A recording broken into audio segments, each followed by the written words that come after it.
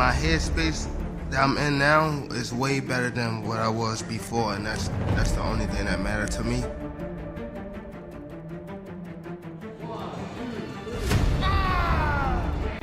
You know, he's so economical.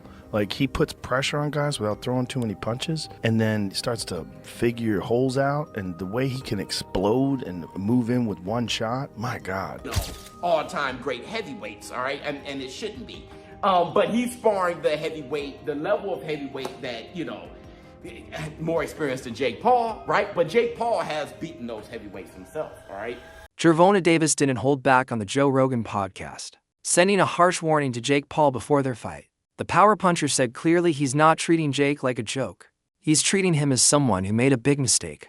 When Rogan asked for details, Davis said, "This isn't entertainment anymore. This is personal." Now it's just like, I don't know, probably this was a good thing, us fighting. Because you have someone that, we come from two different sides, like, of the world. We still on the same path to get the same thing.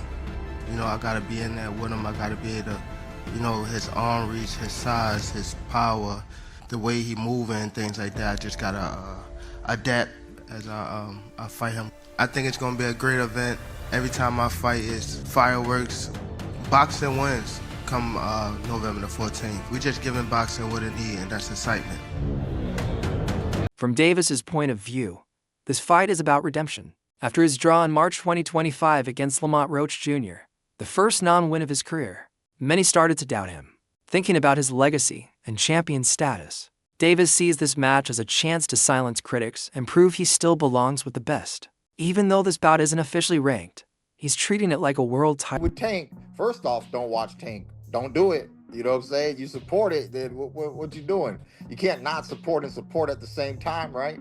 So if you're a boxing purist, then this fight with Roach is really more for you. It's going to be more up your alley, If you just like all entertainment, all fights, all hypes, all everything, then you're going to want to tune in to the Tank and Paul show there,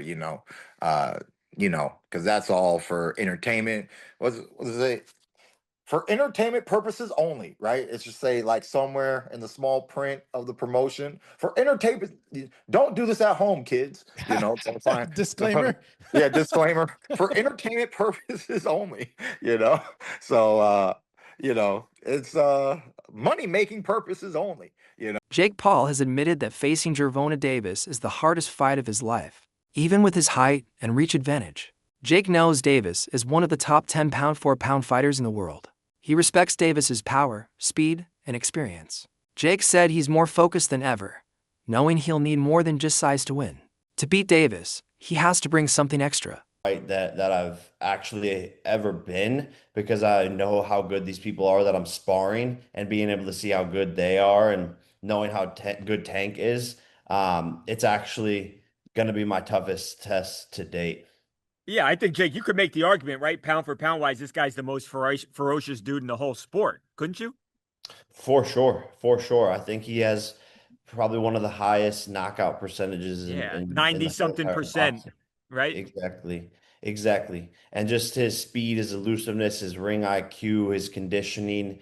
He's gone 12 rounds so many different times, something that I've never even done. So he's going to be sharp all the way through. I mean, the list goes on. And so just actually being vulnerable for a second, it's like, this is crazy. This is scary. It's kind of keeping me up at night. Jake, how do you prepare for, like you said, a guy who is shorter than you?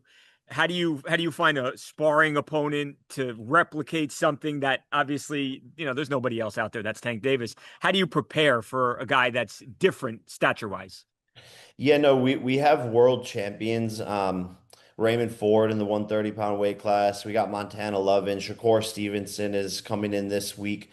So just sparring against guys on their level and people who have, been doing this their whole entire lives. But we're really focusing on speed. And not as much on power. I'm not doing as much like weightlifting and all of that stuff. I'm actually trying to like lose some muscle so that I have less weight, and so that Jake Paul's career has been built on attention, crossover fights, and marketing.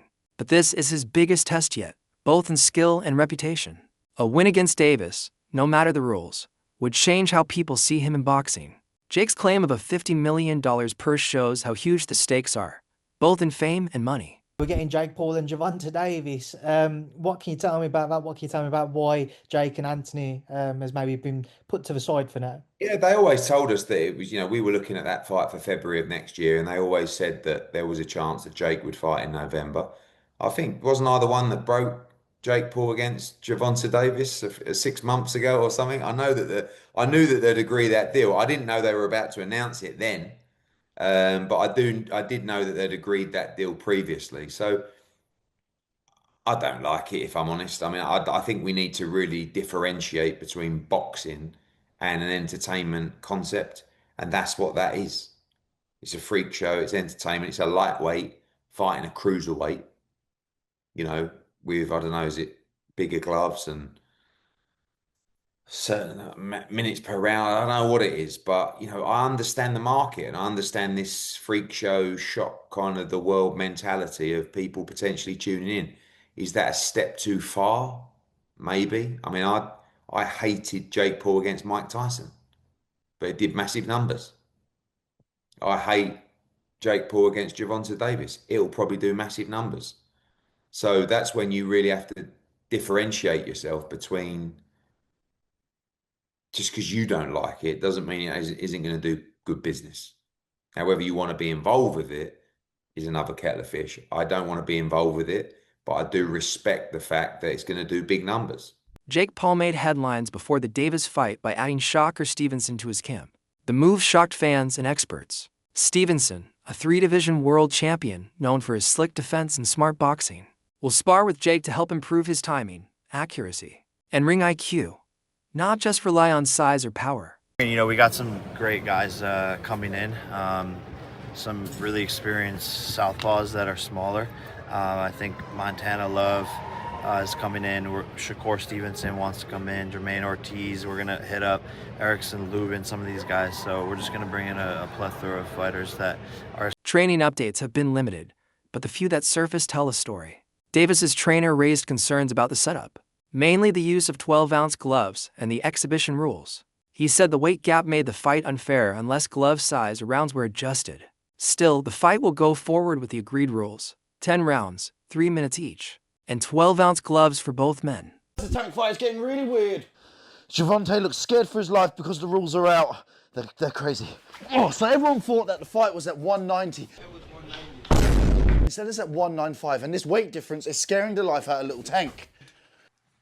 Over 10 3-minute rounds. I said it was 190. The next dispute comes with the gloves. Little Tank is used to fighting in 8-ounce gloves. Baby glove. This fight will be in 12. Hands might be too small. Oh, so Tank just fought in a 12 3-minute round fight against Roach. Yes, and now he's fighting in 10 3-minute rounds, which isn't too bad. Well done, Jake. Exhibition though, can he win? Yes, he can actually win. It will be overlooked by 3 sanctioned judges. So he can actually still win and knock him out. But here's the trick. It's body punches only. And there's a reason. That's because Tank said, look, this is a bit unfair. I don't want to punch up. I want to punch at my head height. Where does it fall? At Jake Paul's belly. So apparently we've heard there's no knockdown rules, but aside from that, it's a pretty well-rounded fight. Oh yeah, and there's some drug testing involved. But Jake Paul for the win. My only concern is, the gloves. You understand what I'm saying? Because we don't fight in 12-ounce gloves. We don't use 12-ounce gloves. That's training gloves, you know what I'm saying? I'm like, that's 2 pounds away from Jake. He fights in 10s. Tank fighting 8s, so he losing 4 ounces. So my thing is, I said, they said, put Tank in 8s, put him in 10s. That makes the fight more interesting. You know what I'm saying? And we'll go from there because I understand. And I brought that question up to one of his handlers. They was, no, we don't want to do no mixed match. It's supposed to be an expedition. Why does it matter? What, now y'all want the wins and the loss. You know what I'm saying? All these prescriptions, but you want to be great. Being great is really pushing the envelope. You know what I'm saying? Tank don't really care, So when I brought this up, he said, dang, facts. You know what I'm saying? So, again, he can weigh the 10s and we weigh the 8s. Even though the fight is labeled an exhibition, it's being treated like a real main event. Netflix has secured streaming rights, and a Grand Theft Auto-themed poster has gone viral to promote it. The undercard also includes real title fights to make the night look more official. and attract serious boxing fans. With fighters pretty much in their prime. But other than the size mismatch, most people are wondering why has Tank taken this fight? And those were the first questions targeted to Tank in this presser. Because usually these sorts of bouts are relegated to the latter part of your career. And for most Gervonta Davis supporters, they thought they would get the big fights next, the Shakurs. They didn't think he would be fighting Jake Paul. Although Tank tried to push it off as fans should just be happy watching the sport and hey, haters will be haters, I think that's quite unfair to the people who have been loyal supporters of him and honestly have paid his bills. He tried to compare the level of criticism he gets to the likes of Mayweather, but the difference is with his mentor Floyd, he really did fight a lot of champs in their prime. Has Tank? Well, not really. The most notable fight he's recently had that the people actually wanted was the Ryan Garcia fight, and the only reason he took that fight was because everything was on his terms. And other than the Ryan fight over the last couple years, it's either been people who aren't in his weight division, which he's pulling up, or fighters ranked in the lower half of the top 10 lightweight list. The fights people have truly wanted to see just have never materialized, and simply that's why people criticize him. If the likes of Crawford never fought Spence or Usyk never fought Fury or Joshua, they would have caught the same level of flack. The reason why fighters like them are applauded is because generally they take on whatever challenge is in front of them. Tank instead, his whole career has bobbed and weaved around the most significant challenges that the people actually want to see unless he has everything. For Davis, this fight is a chance to expose Jake Paul's weak record and show he's not afraid to take risks. For Jake, it's likely the biggest payday of his career, around $50 million. Both men have something to prove. Davis wants respect. Jake wants validation. Each is chasing a different kind of victory. What are you making for the fight? You're pocket watching? A little bit here. Like, what do you think? 50 to 100 mil. You're closer on the first number. Wow, that's still crazy to me, People are saying, people are like 200. It's just like, nah. Boxing's not like that anymore. Former champion Sean Porter shared his honest view about Jake Paul's rise. He said most fighters accept Jake's offers for the money, not respect. The pay is too big to refuse, but true admiration isn't there. People praise Jake's business sense, not his boxing skill. Porter said real respect comes from fighting and beating top-level boxers, something Jake hasn't done yet. This fight shows how boxing is turning more into a business. For Jake, it's a chance to prove he belongs with real fighters. For Tank, it's about showing that pure skill still sells. I like, when it's all said and done and when you guys go off, they go into the next man. So if y'all can make a big payday, go get that payday. The sport of boxing don't love you. And that's the problem with this sport. It's like, what Jake Paul did, man, it's crazy, but people getting paid off of it. Yeah. So if he can call any one of y'all out and y'all can get that payday, I say go get it, baby. I'm not mad at it. For me, and I'm not mad at this move at all for Tank Davis, but I think when it comes to boxing fans, there's an essence that comes with this sport, and it's an essence that hasn't been lost, unlike other sports. For an example, with football, we come from the hitting days. Yeah. Can't hit nowadays. You know what I mean? So boxing hasn't lost its essence. You know, they're trying to make it safer and all those sorts of things, but there's still this pureness to boxing that really doesn't exist in sports anymore, but it's still there with boxing. I think that's why people have such a problem with this kind of move from Tank Davis. Is it more the heart? How do you guys feel being boxers? Man, like once you hear the numbers, I'm like, they're talking, like I don't know the official one, they're talking about like 100 mil. Oh, damn. Like, they're talking about these insane numbers. Like I'm gonna be like, don't take that. I'm not gonna tell another man not to take that type of check, especially for something like that. It's not on your official record. It's an exhibition. I'm not gonna lie here and act like I'm not gonna say it. Despite all the criticism, fans are curious to see what happens. Some say boxing has become predictable, while Jake brings chaos and surprise. Adding Gervonta Davis makes the fight even more unpredictable. Viewers who stopped watching boxing might tune in again just for the spectacle. This matchup gives modern fans exactly what they want, something wild, surprising, and full of drama. It's not a victory, unless he's landing the right jab, grab, breathe. Meanwhile, Tank is downloading, collecting timestamps. Ever see a big guy wrestle? Yeah, those first few minutes looks like a forklift, but by minute 5, forklift needs a nap. Can a forklift catch a fly? Only if the fly gets lazy. Jake's body will be open, especially after mid-fight when hands start sinking. And when the guard starts to wither away, so will the chin. Body shots don't ask permission, they collect rent. Liver! You don't need to be a heavyweight to fold a man who's exhaling. A small, sharp guy versus a taller frame, seen it 100 times. You touch torso early, you tag shoulders late. Commentator Wade Plemons says Jake Paul uses fame and ego as weapons.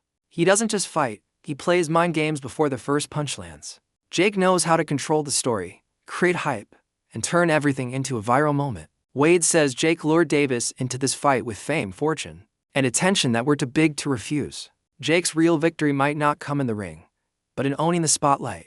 He's already made the fight itself as big a story as the result. Also, and again, Jake's only been boxing for 5, 6, 7 years now. It isn't necessarily far-fetched to try to have his own advantages when trying to fight other boxers that have been far more experienced than him. But this one's a little too much, right? This one is crazy because of the massive weight difference. It doesn't make a ton of sense. But again, as far as a sport fight is concerned, I want to make sure I make that clear. Again, this is not me hating on it, because I do think that both guys have been very upfront with what they're doing in this fight and what their goals are with these kind of events. But the narrative Jake's trying to create as if this is like proving anything for him fighting a real fighter when Gervonta is so much smaller than he is. It'll prove something in the fact that Jake is willing to put on great events, but it won't prove anything to the people that are asking him to fight a real fighter. I will say though, if Jake goes out and flatlines Gervonta, the casual audience that will say Gervonta smokes Jake completely and utterly, like it wouldn't even be close, that will change their minds a little bit. Not the people that know boxing, but the people that are going to watch this, the casual viewer that know the name Gervonta Davis and know the name Jake Paul. If he is to compete with Gervonta at all or look good in that fight, people will in some way accept that. Or they'll do the other thing with The fight has split the boxing world. Traditional fans see it as a joke, proof that boxing is becoming more show than sport. Others think it's good for boxing, attracting new fans and energy. Davis's supporters say he's proving what real skill looks like. Jake's fans say he's making boxing exciting again. The debate isn't just about the fighters, it's about two generations. One values discipline and honor. The other loves showmanship and entertainment. Either way, the fight has everyone talking. Number 3, the retirement. I mean, the backlash is just what people do nowadays. That's just, you give somebody a keyboard, you give them a phone, and they able to hide their face. Yeah, they're gonna have a field day. The backlash I get, I understand. Would you say number 2, not fight Shakur? Yeah, he's saying he'll never fight Shakur, that he ain't gonna do him no favors, that he ain't gonna help him make no money because Shakur broke or something like that. Something along those lines. Yeah, I don't get all that. That's, you know what I mean, that's against the game. Like, you know what I mean? You at least owe that fight for the game. You know what I mean? You owe the rematch to Lamont for the game. But you owe Shakur for the game just because of the 2 style matchups. You know what I mean? But if he feel like he don't gotta fight him, guess what? We can't sit here and just go crazy about it. But it is kind of crazy.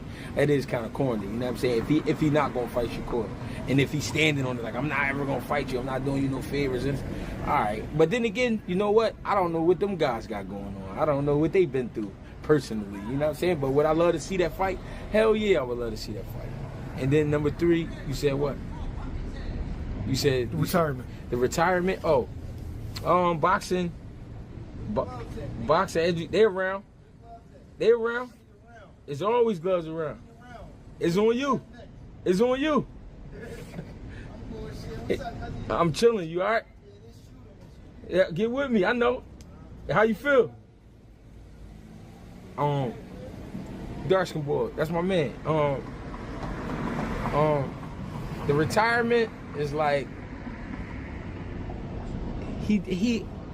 If Jake Paul wins, boxing might shift toward influencer versus pro matches, where fame beats rankings. It would bring attention, but risk the sport's credibility. If Gervonta Davis wins, it would remind the world that real skill and experience still rule. This fight isn't just about 2 men, it's about the future of boxing. Will it stay a sport built on craft and respect, or turn fully into a show powered by clicks and spectacle? The algorithm loves it, and both will watch. It's not just who wins, it's what wins. Will the entertainment value or the ring IQ come out on top? Because if Tank dominates, the meme dies. Jake Paul survives or hits it big, we see new rules are going to be written in real time. Me, you, maybe everyone at some point has been that bigger guy thinking that I'll just bully him. Jab, slip, liver shot, sent me down real nicely. Size helped until it didn't. All I'm saying is let's not dismiss something because it looks weird. Many fights get decided by the details. Feet before fists, timing before muscle, discipline before clout. Look, Tank wins if he stays Tank. He's built on patience, traps, explosive counters. That's hell for a tall guy who gets eager. Jake's